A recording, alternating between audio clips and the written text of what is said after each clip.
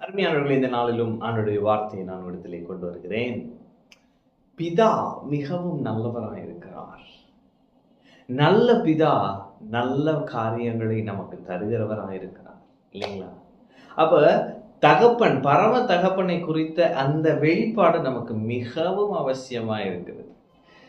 மத்தேயு 7 பாருங்க, இயேசு மலை பிரசங்கம் அதுல சொல்லிட்டு வர்றாரு. அப்ப அவர் சொல்றாரு, 9ஆம் வசனம் பாருங்களேன். உங்களில் எந்த மனுஷனானாலும் தன்னிடத்தில் அப்பத்தை கேட்கிற தன் மகனுக்கு கல்லை கொடுப்பானா?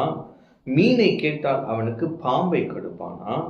அப்ப உங்களில் எந்த மனுஷனும் தான் பிள்ளை ஒரு காரியத்தை கேட்குதுன்னா அதுக்கு பதில வேற ஒன்றை கொடுப்பாராம். நல்ல காரியத்தை கேட்கிறப்ப கெட்ட காரியத்தை கொடுப்பாராம் சொல்லிட்டு சொல்றாரு. ஆகையால் பொல்லாதவர்களாகிய நீங்கள் உங்கள் பிள்ளைகளுக்கு, இயேசு இந்த உலகத்தில் இருக்கிற தகப்பன்மார்கள் எப்படி சொல்றாரு பாருங்க, பொல்லாதவர்களாகிய நீங்கள் உங்கள் பிள்ளைகளுக்கு நல்ல ஈவுகளை கொடுக்க அறிந்திருக்கும் போது பரலோகத்தில் இருக்கிற உங்கள் பிதா தம்மிடத்தில் வேண்டிக் கொண்டவர்களுக்கு நன்மையானவைகளை கொடுப்பது அதிக நிச்சயம் அல்லவா? ஆமென். எவ்வளவு அருமையா சொல்லியிருக்கிறார். அப்பா, இந்த பாவம் நிறைந்த உலகத்தில் இருக்கிற நீங்களே உங்க பிள்ளைக்கு நல்ல காரியங்களை கொடுக்க அறிந்திருக்கும் பொழுது பரமபிதா தம்மிடத்தில் வேண்டிக் கொள்ளுகிறவர்களுக்கு அதிக நன்மைகளை அளிப்பது அதிக நிச்சயம் அல்லவா? ஆமென். அப்ப பிதா தம்மிடத்தில் வேண்டிக் கொண்டவர்களுக்கு நன்மையான காரியங்களை கொடுப்பாராம். கர்த்தர் நன்மையானதை தருவார். கர்த்தர் நல்லவரும் நன்மை செய்கிறவருமா இருக்கிறார். இதுதான் கர்த்தர் பாருங்க. அப்ப வாழ்க்கையில சில காரியங்கள் தவறாய் நடக்கலாம். தேவன் ஒரு காரியம் சொல்லி இருக்கிறாரு, ஆனா இன்னைக்கு நடக்கிறது டோட்டலி ஆப்போசிட்டா இருக்கலாம். உடனே ஆண்டவர் ஏன் இதை அனுமதிச்சாரு, ஆண்டவர் ஏன் இதை அனுமதிச்சாரு, ஆண்டவருக்கு தெரியும், அவருடைய ஞானத்துல எப்படி இதெல்லாம் நடக்கும், இப்படிலாம் நம்ம கேள்வி கேட்கக்கூடாது பாருங்க.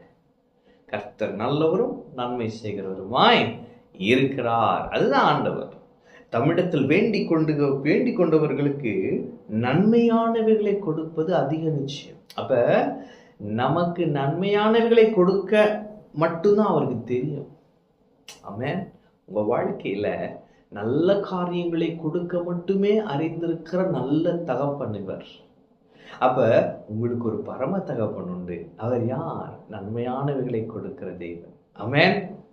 அப்ப இன்னைக்கு நான் சொல்றேன், ஆண்டவர்கிட்ட கேளுங்க, ஆண்டவரே நன்மையான காரியங்களை நீங்க எனக்கு கொடுங்க, நல்ல நல்ல காரியங்களை நீங்க எனக்கு கொடுங்க. தப்பே இல்லை. நம்முடைய எண்ணங்கள், விருப்பங்கள், வாஞ்சைகள் எல்லாவற்றையும் நாம் அவரிடத்துல சொல்லலாம்.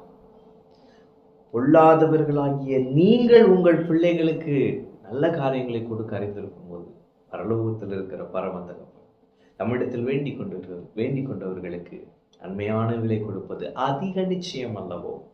இன்று நான் சொல்லுகிறேன், நீங்கள் கேளுங்கள், அவர் உங்களுக்கு அருளுவார். நீங்கள் எதிர்பார்த்திருங்கள், அவர் உங்கள் எதிர்பார்ப்புக்கு மேலாய் உங்களுக்கு செய்வார்.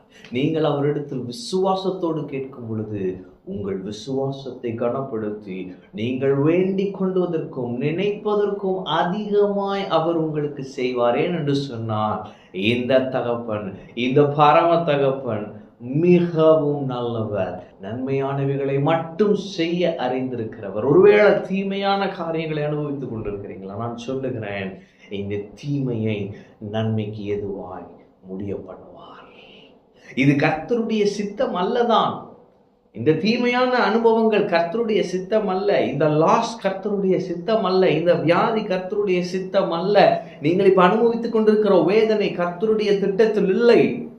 ஆனால் இந்த கர்த்தர் என்று சொல்லுகிறார், இந்த தீமையை நன்மைக்கு எதுவாய் நான் முடிய பண்ணுவேன். ஆமென். சொந்து போகாதீங்க.